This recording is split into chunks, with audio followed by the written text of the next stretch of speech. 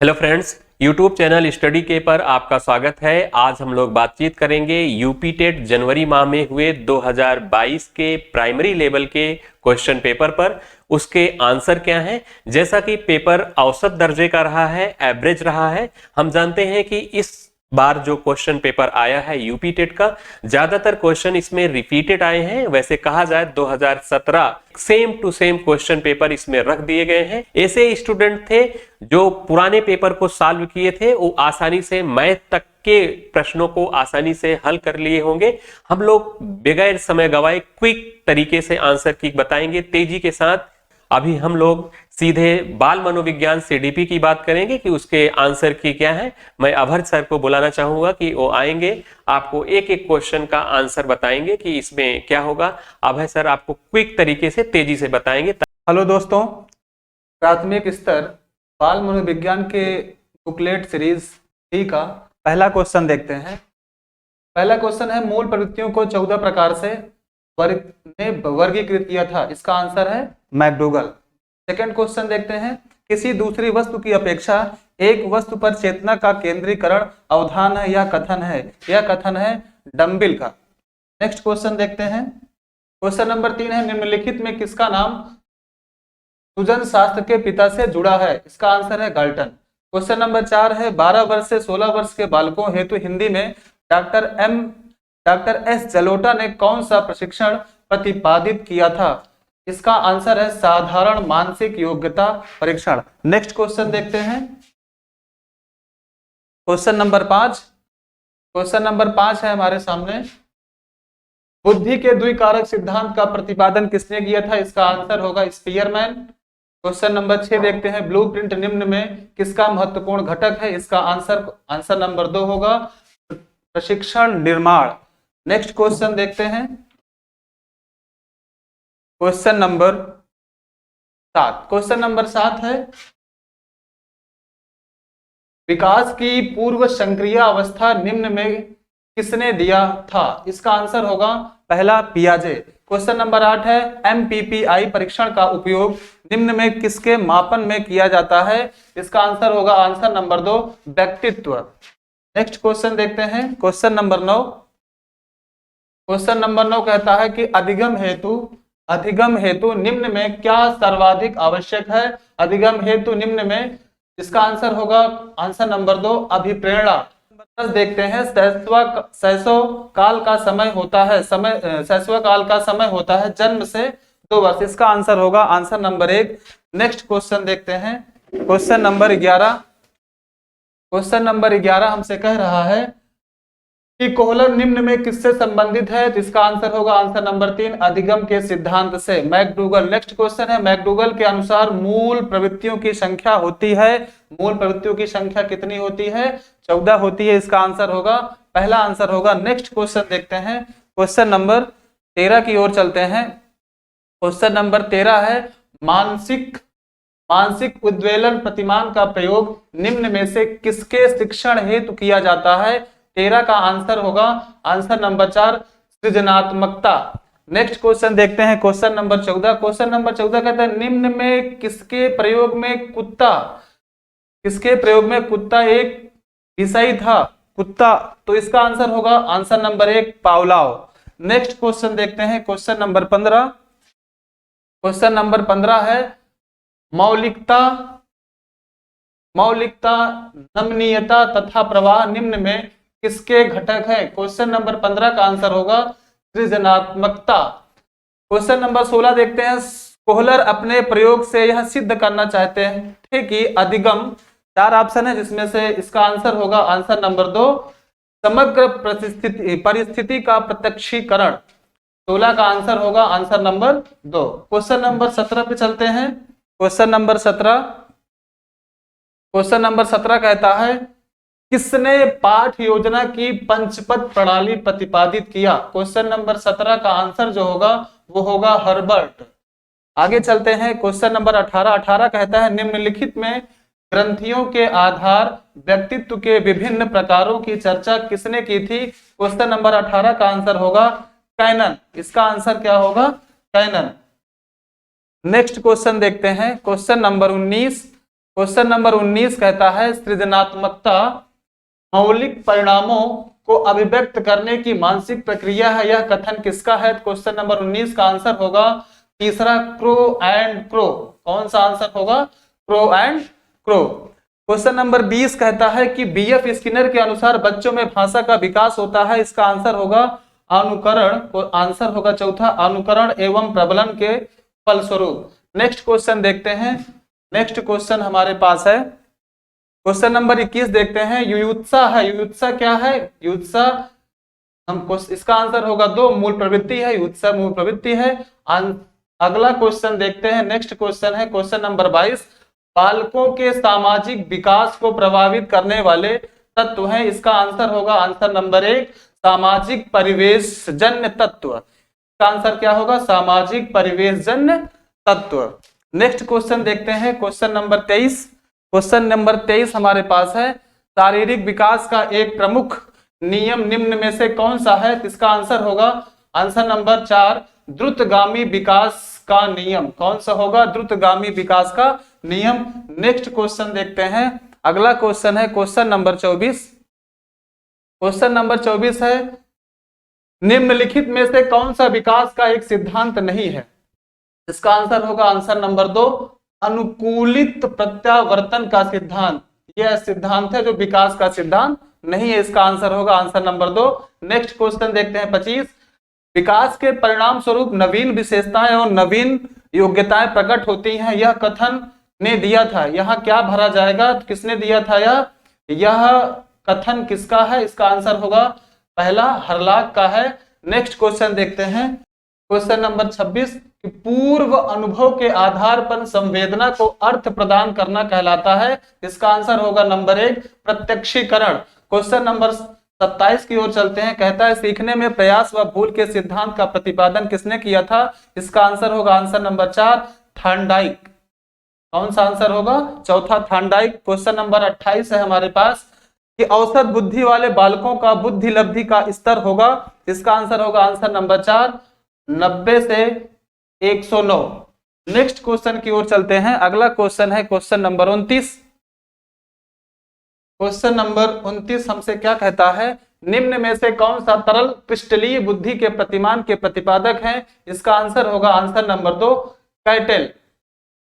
Next question और last question है बाल मनोविज्ञान का क्वेश्चन नंबर 30, क्रिया प्रसूत अधिगम सिद्धांत का प्रतिपादन किसने किया था? इसका प्रतिपादन, इसका आंसर होगा answer number 3, Skinner. Next subject के लिए जो आपका हिंदी है सर आएंगे, आपको बताएंगे। हम लोग नेक्स्ट सॉल्व करेंगे हिंदी के क्वेश्चन। बुकलेट सीरीज संख्या डी है, प्राइमरी लेवल का है। क्वेश्चन नंबर 31 है, निम्न में से किस शब्द की वर्तनी सही है? इसमें होगा अनुगृहीत होगा, पहला सही है। निम्न में शुद्ध शब्द है, पैतृक इसमें शुद्ध शब्द है। सा ध्वनि का उच्चारण स्थान क्या है? इसका उच्चारण स्थान है तालु। अत्यंत शब्द में प्रयुक्त उपसर्ग है, तो इसमें उपसर्ग है अति। नेक्स्ट क्वेश्चन की ओर चलते हैं। उपत्यका का अर्थ है पर्वत का शिखर। उपत्यका का अर्थ क्या है? पर्वत का शिखर।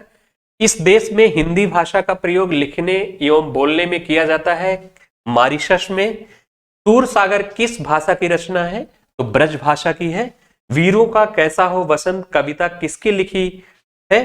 तो ये सुभद्रा कुमारी चौहान की है। हम लोग नेक्स्ट क्वेश्चन की ओर बढ़ते हैं। क्षेत्रीय में कौन सा विशेषण है? तो गुणवाचक विशेषण है। चौराहा शब्द में समास है, तो द्विगु समास है, चौथा ऑप्शन सही है। निम्न में मौखिक अभिव्यक्ति का रूप है, आशु भाषण है। 42 नंबर है, हिंदी भाषा की बोलियां कितनी हैं? तो 18 बोलियां हैं हिंदी भाषा की। सामाजिक शब्द में मूल शब्द और प्रत्यय है, तो समाज धन इक है, 43 में तीसरा सही होगा। नेक्स्ट क्वेश्चन की ओर बढ़ते हैं। तद्भव पत्रिका के संपादक का नाम है, तो अखिलेश। 12 बरस लव ऊपर जीवे अरु 13 लव जियो सियार, यह पंक्ति किसकी है? जगनिक की है। नेक्स्ट क्वेश्चन की ओर बढ़ते हैं हम। जो पैसेज आया था उसका क्वेश्चन है, घुमक्कड़ शब्द में कौन सा प्रत्यय है? तो अक्कड़ प्रत्यय है। महावीर स्वामी का जन्म कहाँ हुआ था? वैशाली में हुआ था। स्वच्छंद में कौन सी संधि है? तो व्यंजन संधि है। महात्मा बुद्ध ने जब बुद्धत्व प्राप्त किया तब उनकी अवस्था कितनी थी? तो 35 वर्ष की अवस्था थी। श्रुति धर्म का क्या अर्थ है? तो वैदिक धर्म है, वैदिक धर्म है। नेक्स्ट बढ़ते हैं। अंगा का उच्चारण स्थान होता है तो नासिक दिया गया है। 4 गज मलमल में कौन सा विशेषण है? क्वेश्चन नंबर 52 में है परिमाण बोधक है। 53 है समास का विलोम शब्द क्या है? तो व्यास होगा। शून्य का तत्सम रूप क्या होगा? शून्य होगा। 54 में। 55 में आंख की किरकिरी होने का अर्थ क्या है? अप्रिय लगना। क्या है? अप्रिय लगना। इसका दूसरा ऑप्शन सही होगा। नेक्स्ट क्वेश्चन की ओर हम बढ़ते हैं। अकाल का पर्यायवाची शब्द है तो अकाल का पर्यायवाची होगा दुर्भिक्ष होगा। निम्नलिखित वाक्यों में कौन सा मिश्र वाक्य है? तो इसमें 57 में चौथा ऑप्शन सही होगा। अध्यापक देखते हैं कि छात्र पढ़ते हैं। 58 में जिसकी पूर्व से कोई आशा ना हो के लिए एक शब्द है तो अप्रत्याशित होगा। मुझसे उठा नहीं गया वाक्य में वाच्य है, 59 नंबर में पूछ रहा है तो इसमें भाववाच्य है। निष्कपट शब्द का संधि विच्छेद है, 60 में पूछ रहा है तो निकपट होगा। किसका होगा? निकपट होगा। इसका दूसरा ऑप्शन सही होगा। नेक्स्ट आपको संस्कृत बताई जाएगी। अब नेक्स्ट सब्जेक्ट देखेंगे संस्कृत। ये बुकलेट संख्या डी है, प्राइमरी लेवल का है और 79 की संस्कृत संख्या नहीं है। 61 में होगा तीसरा। एकोन सप्तप्ति होगा। दिन भर में पाठ पढ़ डाला इस वाक्य का अनुवाद है तो 62 में क्या होगा? दीनेन पाठा पठिता होगा। उपकृष्णन में कौन सा समास है? तो उपकृष्णन में क्या होगा? चौथा अव्ययी भाव समास। 63 में क्या होगा? चौथा अव्ययी भाव समास। संख्या के लिए संस्कृत शब्द है तो द्वात्रिंशत् किस संख्या के लिए? 32 संख्या के लिए संस्कृत शब्द है तो चौथा होगा द्वात्रिंशत् होगा। नेक्स्ट बढ़ते हैं। पति शब्द का सप्तमी एक वचन रूप होगा तो क्या होगा? पत्यय होगा। 66 में है संस्कृत साहित्य में किस कवि की रचना को विद्वदौषधम कहा गया है? तो श्री हर्ष को कहा गया है। नेक्स्ट क्वेश्चन की ओर हम बढ़ते हैं। 67 में होगा शिवपदस्य अनार्था कह, इसमें श्रृंगाला होगा। गदखंडे कया प्रश्न पृक्षते, इसमें लक्ष्यमया होगा। 69 में देखेंगे, 69 में कयो संलापा सर्वेशाम मंगलाय भवतु, इसमें क्या होगा? लक्ष्मी पार्वत्यो होगा। चौथा ऑप्शन सही है। इनमें से कौन प्रत्याहार नहीं है? तो ला क्या है? इसमें प्रत्याहार नहीं है। तीसरा ऑप्शन 70 में सही होगा। नेक्स्ट क्वेश्चन की ओर हम बढ़ते हैं। नेक्स्ट क्वेश्चन है 71। मैं ऐसा मानता हूं का अनुवाद होगा। इसमें क्या होगा? अहम एवं मन्ने होगा। मैं बाजार जाता हूं का संस्कृत में क्रमवाच्य भाग्य वाक्य होगा। मया आपणम गम्यते होगा। 72 में पच धातु का क्यत प्रत्यय लगाकर रूप बनेगा तो पक्वाह बनेगा। 73 में पहला पंचनवति संख्या है तो 95 बताएंगे। पंचनवति संख्या क्या है? 95। नेक्स्ट क्वेश्चन की ओर। अव्यय शब्द समूह है तो इसमें क्या होगा? 75 में चौथा सर्वत्र अधुना ऊपरी होगा। अट प्रत्याहार के वर्ण है, कौन कौन से हैं? तो 76 में दूसरा होगा स्वर तथा हा या वारा होगा। 77 है कारका में यदि प्रकृति है क्री तो प्रत्यय होगा, ऋयुल प्रत्यय होगा। चौथा ऑप्शन होगा 77 में। नेक्स्ट क्वेश्चन की ओर बढ़ते हैं। Question number 78। अव्ययी भाव समास का उदाहरण है तो अधिहरि है। 79 है निम्न में कौन चतुर्विंशति शास्त्री संहिता के नाम से ख्यात है? तो रामायण बताएंगे। 79 में क्या होगा? रामायण। दूसरा ऑप्शन। इनमें से कौन संयुक्त व्यंजन है? तो ज्ञा क्या है? 80 में पहला संयुक्त व्यंजन है। नेक्स्ट क्वेश्चन की ओर हम बढ़ते हैं। 81 है शिशु मोदकाय रोदिति उदाहरण है तो तादर्थी चतुर्थी वाच्या का पहला ऑप्शन सही है। 81 में उच्चय उदाहरण है किसका? अलिंग का उदाहरण है। चौथा ऑप्शन जाएगा 82 में। नेक्स्ट क्वेश्चन की ओर हम बढ़ते हैं। 83 है ऊर्ध्व वर्णों का बोधक प्रत्याहार है तो शल प्रत्याहार है। पठानी रूप है तो किसका है? पठ धातु लोट लकार उत्तम पुरुष एक वचन का है। चौथा ऑप्शन जाएगा। क्षा मिलकर बना है तो दूसरा ऑप्शन जाएगा। 85 में क्या होगा? दूसरा ऑप्शन का और मूर्धन्य श से बना है। 86 में है बाह्य प्रयत्नों की संख्या क्या है? बाह्य प्रत्ययों की संख्या ऑप्शन 4 11 होती है। नेक्स्ट क्वेश्चन की ओर बढ़ते हैं। मनोरथा उदाहरण है, किस संधि का उदाहरण है? तो विसर्ग संधि का उदाहरण है, चौथा ऑप्शन सही है।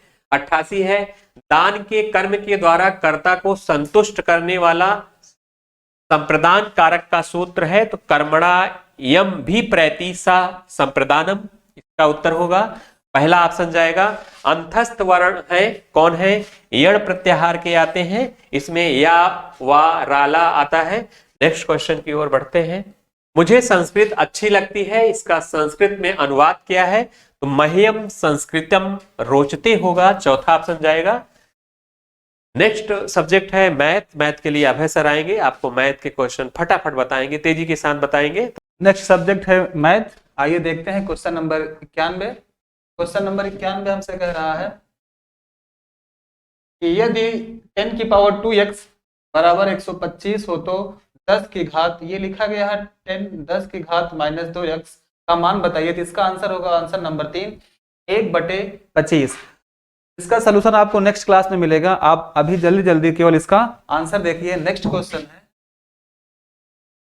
क्वेश्चन है कि 16,070 को किसी संख्या से भाग देने पर भागफल 167 तथा शेषफल 43 प्राप्त होता है, तो भाजक होगा। इसका आंसर होगा 92 का चौथा 96। क्वेश्चन नंबर 93 कहता है 50 से छोटे धन पूर्णांकों में अभाज्यों की संख्या कितनी होगी? तो अभाज्यों की संख्या होगी 15, इसका आंसर होगा आंसर नंबर 1। नेक्स्ट क्वेश्चन की ओर चलते हैं। नेक्स्ट क्वेश्चन है क्वेश्चन नंबर 94।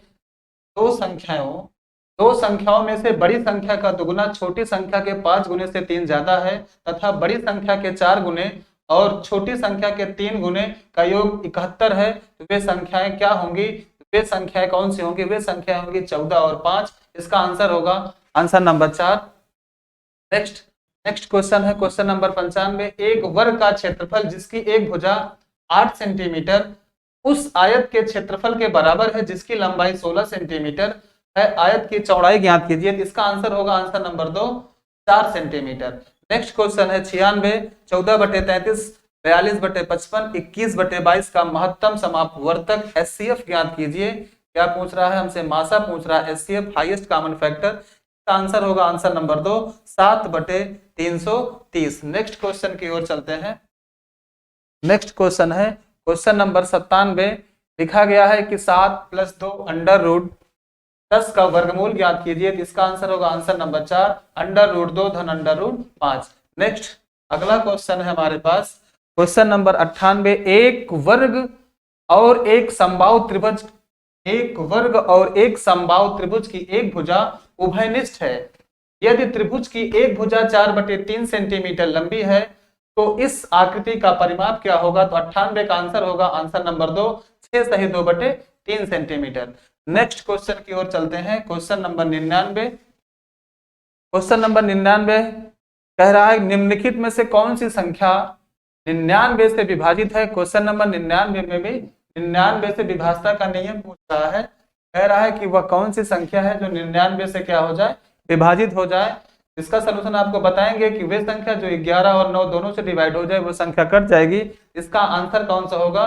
दूसरा 11 43 45।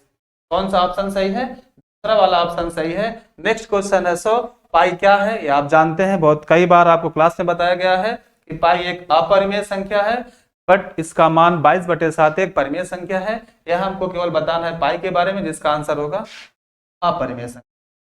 नेक्स्ट क्वेश्चन की ओर चलते हैं। Question number 101।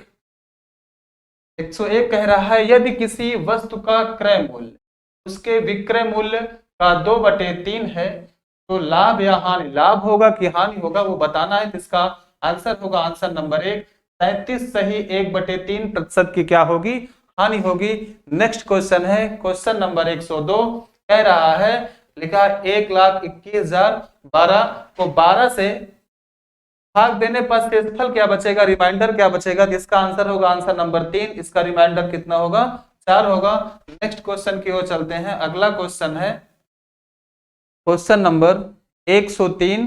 क्वेश्चन नंबर 103 कह रहा है कि 378 × 236 × 559 गुणे 312 के गुणनफल में हमसे क्या पूछा गया है, इकाई का अंक। इकाई अंक कैसे निकालते हैं, इकाई का गुणा करते हैं, 8 संग 48 की 8, 8 9 72 की 2 और 2 दूनी 4। तो इसका आंसर कितना होगा, 4। का आंसर होगा ऑप्शन नंबर 3, 4 होगा। अगला क्वेश्चन देखते हैं। नेक्स्ट क्वेश्चन है क्वेश्चन नंबर 104। 104 हमसे कह रहा है दिए गए आंकड़ों का माध्य यदि 4.5 है, 4.5 है तो उसका माध्यक क्या होगा। तो इसका आंसर होगा ऑप्शन नंबर 3, 4.5 होगा। क्वेश्चन नंबर 105, सांख्यिकी में विचरण का विश्लेषण, क्या कह रहा है, सांख्यिकी में विचरण का विश्लेषण नामक विधि का मुख्य श्रेय है, किसको है, R.A. फिशर। ऑप्शन नंबर 2 सही है इसका, R.A. Fisher. Next question, question number 106 की ओर चलते हैं। क्वेश्चन नंबर 106 कह रहा है कि त्रिभुज ABC के मध्य बिंदु, त्रिभुज ABC के मध्य बिंदु DEF है। कौन कौन, D, E और F, ये त्रिभुज ABC के मध्य बिंदु हैं। तो ज्ञात कीजिए निम्नलिखित में से कौन सा कथन सत्य है। इसका ऑप्शन कौन सा सही होगा, आप ध्यान से देखिए। वैसे भी हम देखते हैं इसके 4 भागों में इसको बांटा गया है, तो किसी त्रिभुज को 4 भागों में बांटा गया तो इसका आंसर ये भाग कौन सा होगा, ये वाला जो भाग होगा, हमसे बीच वाला भाग पूछा जा रहा है, ये वाला भाग पूरे त्रिभुज का कितना होगा। तो इसका ऑप्शन होगा ऑप्शन नंबर 3, त्रिभुज जो DEF का क्षेत्रफल होगा वो पूरे त्रिभुज का क्या होगा, 1/4 होगा। इसका आंसर होगा ऑप्शन नंबर 3। नेक्स्ट क्वेश्चन की ओर चलते हैं। नेक्स्ट क्वेश्चन है हमारे पास क्वेश्चन नंबर 107।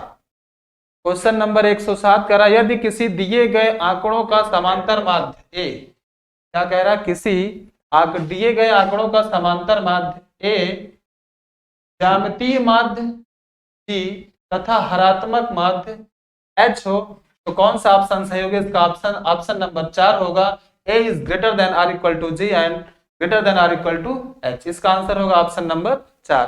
नेक्स्ट क्वेश्चन है क्वेश्चन नंबर 108, यदि दो संख्याओं का अंतर तथा गुणनफल क्रमशः 5 तथा 136 हो तो उनके व्युत्क्रमों का अंतर क्या होगा। तो इसका आंसर होगा ऑप्शन नंबर 2, 5/36 होगा।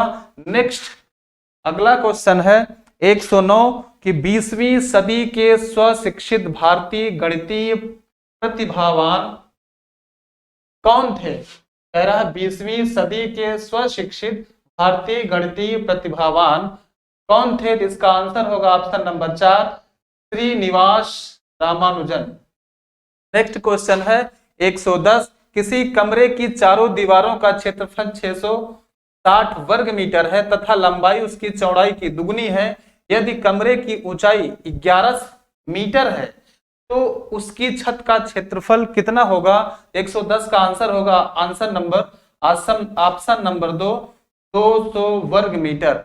नेक्स्ट क्वेश्चन की ओर चलते हैं। नेक्स्ट क्वेश्चन है क्वेश्चन नंबर 111 कह रहा है यदि A/3 बराबर है B/4 बराबर है C/7 के, हमसे सवाल में कह रहा है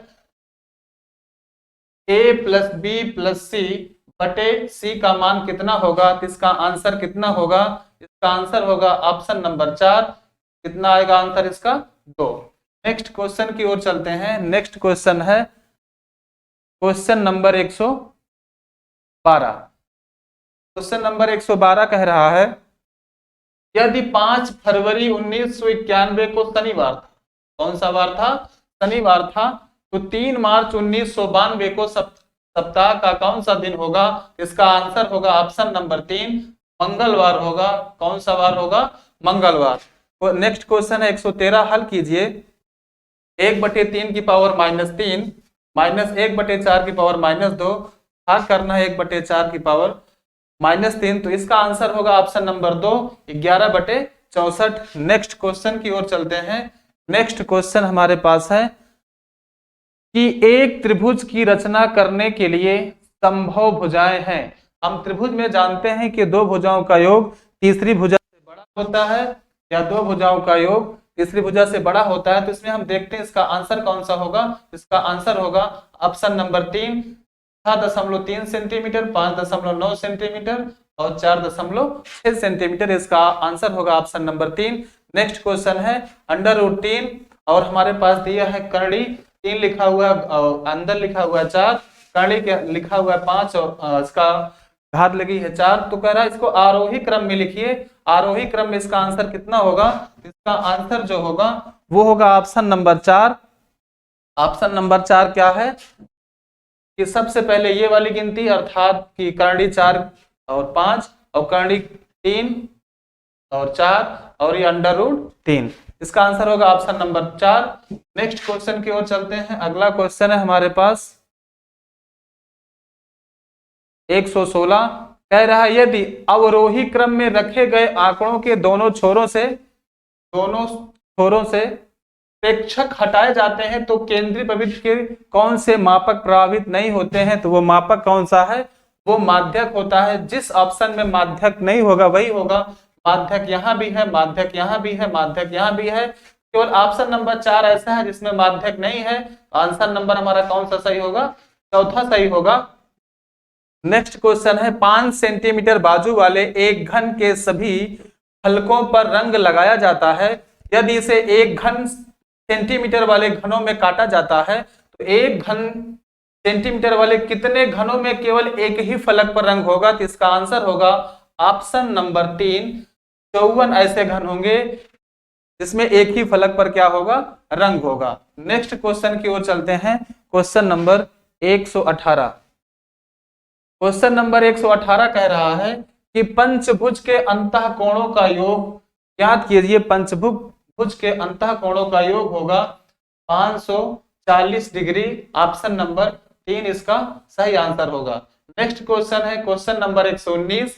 एक खंभे का 4/7 भाग कीचड़ में धंसा है। जब धंसे हुए का 1/3 भाग बाहर खींचा जाता है तो पाया गया कि 8 मीटर माप का खंभा अभी भी कीचड़ में है। खंभे की पूरी माप क्या होगी? इसका आंसर होगा ऑप्शन नंबर 3, 21 मीटर होगा। कितना होगा? 21 मीटर। नेक्स्ट और लास्ट क्वेश्चन है क्वेश्चन नंबर 120। ए और बी किसी काम को 12 दिन में करते हैं। बी और सी उसी काम को 15 दिन में करते हैं। सी और ए उसी काम को 20 दिन में करते हैं। ए अकेले उसी काम को कितने दिन में कर सकता है? तो इसका आंसर होगा ऑप्शन नंबर 4, 30 दिन। नेक्स्ट विषय हमारा है पर्यावरण, जिसके लिए सराएंगे, आपको सॉल्व कराएंगे। नेक्स्ट सब्जेक्ट है ईबीएस पर बात करेंगे। इसके आंसर क्या क्या है? 121 नंबर क्वेश्चन में WWF से आशय है तो इसका चौथा ऑप्शन जाएगा। वर्ल्ड वाइड लाइफ फंड आएगा। फूलों की घाटी अवस्थित है तो तीसरा ऑप्शन जाएगा। 122 में उत्तराखंड में है। भारत में निम्नलिखित में से कौन सी एजेंसी मुख्य रूप से प्रदूषण के मापन से संबंधित है? इसका ऑप्शन पहला है केंद्रीय प्रदूषण नियंत्रण बोर्ड है। केंद्रीय प्रदूषण नियंत्रण बोर्ड। 123 का पहला ऑप्शन सही होगा। नेक्स्ट क्वेश्चन की ओर बढ़ते हैं। 124 नंबर है कोटोपैक्सी एक जागृत ज्वालामुखी है जो अवस्थित है तो एंडीज पर्वत श्रेणी में स्थित है जो दक्षिण अमेरिका में है। विश्व की सबसे लंबी पर्वत श्रेणी है। 125 है तिब्बत की सांगपो नदी भारत में जानी जाती है तो ब्रह्मपुत्र नदी से जानी जाती है। 4 ऑप्शन चौथा इसमें सही होगा। 126 है सर्वाधिक जैव विविधता पाई जाती है तो कहां? शांत घाटी में पाई जाती है। इसका चौथा ऑप्शन सही है। नेक्स्ट क्वेश्चन की ओर हम बढ़ते हैं। 127 नंबर है एलपीजी के संदर्भ में क्या असत्य है? तो इसमें एक असत्य क्या है? एक स्वच्छ ईंधन है। इसमें दूसरा ऑप्शन जाएगा। 128 है पारिस्थितिकी तंत्र के घटक है तो इसमें उत्तर क्या होगा? उत्पादक, उपभोक्ता व अपघटक होगा। ये भी हो सकता है प्रश्न में और पहले को भी मान सकता है। ज्यादातर प्रायिकता इसकी है पहले की। तो जैविक तथा अजैविक पदार्थ को क्या माना जाता है? पारिस्थितिकी तंत्र के घटक माना जाता है। पहला ऑप्शन जाएगा। 129 मकर रेखा अवस्थित है। इसका चौथा ऑप्शन सही है। 23 सही 1/2 23.5 डिग्री दक्षिणी अक्षांश को माना जाता है। चौथा ऑप्शन जाएगा। नेक्स्ट क्वेश्चन की ओर बढ़ते हैं। 130 नंबर है इकोसिस्टम शब्द का सर्वप्रथम प्रयोग किसने किया? तो डॉक्टर A.G. टॉन्सले ने किया। पहला उत्तर सही है। ध्रुव तारा कहा जाता है। 131 में दूसरा होगा उत्तरी तारे को कहा जाता है। 132 है भारत में प्रोजेक्ट टाइगर प्रारंभ किया गया था तो 1973 में प्रोजेक्ट टाइगर की शुरुआत की गई थी। 133 है कान्हा राष्ट्रीय उद्यान भारत के किस राज्य में स्थित है? तो कान्हा राष्ट्रीय उद्यान भारत के मध्य प्रदेश राज्य में स्थित है। नेक्स्ट क्वेश्चन की ओर बढ़ते हैं। लखनऊ समझौता 1916 किन दो के मध्य हुआ था? तो इसमें तीसरा ऑप्शन जाएगा नरम दल व गरम दल के साथ जाएगा, और इसमें कांग्रेस व मुस्लिम लीग के मध्य, ये भी उत्तर सही हो सकता है। देखिए आपका आयोग क्या मानता है कि उत्तर किसका सही होगा, नरम दल व गरम दल के मध्य अभी बात करेंगे। 135 है जंगली गधों का अभ्यारण्य कहां है? तो गुजरात में है जंगली गधों का अभ्यारण्य, नंबर 1 जाएगा। नेक्स्ट क्वेश्चन की ओर बढ़ते हैं। 136 है घास भूमि के क्षेत्र के परितंत्र के खाद्य श्रृंखला में सबसे उच्च स्तर का उपभोक्ता होता है। तो उच्च स्तर का उपभोक्ता क्या होगा? इसमें भी विवादित बन सकता है ये भी प्रश्न, मांसाहारी और जीवाणु में। देखते हैं इसमें क्या उत्तर आंसर की जब आएगी, मांसाहारी को माना जाता है या जीवाणु को माना जाता है। लेकिन पिछले बार जो क्वेश्चन आए थे इससे संबंधित आए थे, इसको दिया गया था, इस पर नंबर अंकित किया गया था, जीवाणु के साथ गया था। नेक्स्ट क्वेश्चन की ओर हम बढ़ते हैं। वायुमंडल का प्रमुख स्तर जो पृथ्वी के सबसे पास है, तो पृथ्वी के सबसे निचली परत क्या होती है जो पास की है? क्या है? क्षोभ मंडल है। क्या है बताएंगे क्या? पहला ऑप्शन जाएगा क्षोभ मंडल के साथ। नेक्स्ट क्वेश्चन की ओर बढ़ते हैं। भारतीय संसद द्वारा जैव विविधता अधिनियम पारित किया गया था, तो 11 दिसंबर 2002 को पारित किया गया था। 139 है निम्नलिखित में से कौन सी कृषि करने की प्रक्रिया पर्यावरण संरक्षण में सहायक है? तो जैविक खेती करने से पर्यावरण में सहायता मिलती है। नेक्स्ट क्वेश्चन नंबर 140 पर जाएंगे। अम्लीय वर्षा संबंधित है, तो अम्लीय वर्षा किससे संबंधित है? अम्लीय वर्षा तो सल्फ्यूरिक एसिड से संबंधित है, इस पर हम लोगों ने बात की थी। 141 है कार्बन डेटिंग संदर्भित करता है, तो प्राचीन स्थलों में मौजूद हड्डियों या सामग्रियों के आयु मापन के लिए संदर्भित करता है। 142 है संविधान सभा ने कब राष्ट्रीय गान को अपनाया? तो 24 जनवरी 1950 को अपनाया था। 143 क्या है?